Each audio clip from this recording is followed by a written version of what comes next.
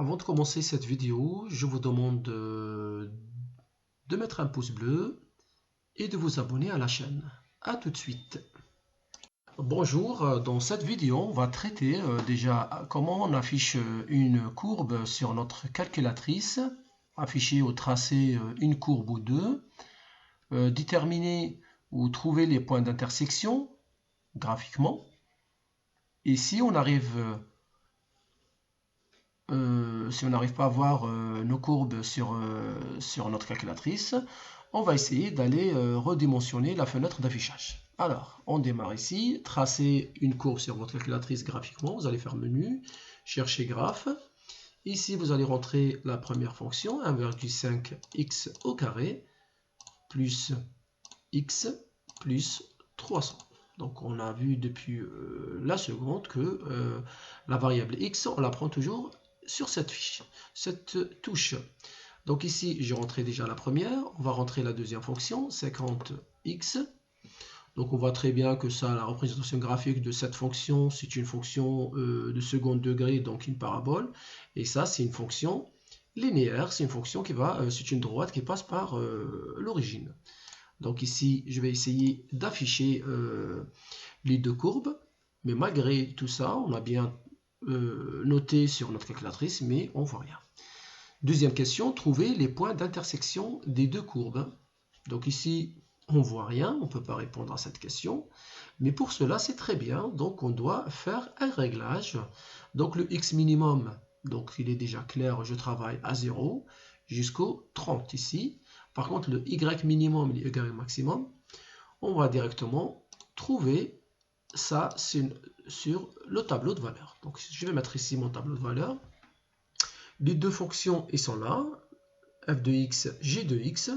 Donc, si vous faites ici table, vous allez avoir une erreur qui vous demande qu'il y a quelque chose qui ne va pas. Donc, ici, pour cela, c'est très simple. Il faut juste appuyer ici sur F1 pour ouvrir ici la fonction f et pareil pour la deuxième. Si une fois vous voulez afficher qu'une, vous pouvez laisser celle-là comme ça.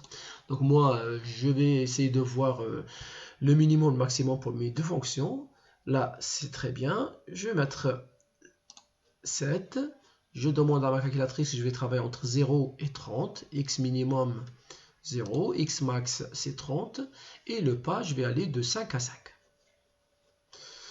Très bien, je vais entrer deux fois et je regarde la valeur la plus petite, c'est 0 pour le moment, et la valeur la plus haute pour les deux fonctions, je descends encore, et je trouve ici 1680.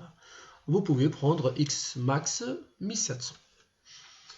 On verra à côté, il ne faut pas aller trop loin, il ne faut pas aller prendre une valeur plus petite que 1680, sinon vous n'allez pas voir les deux courbes complètement.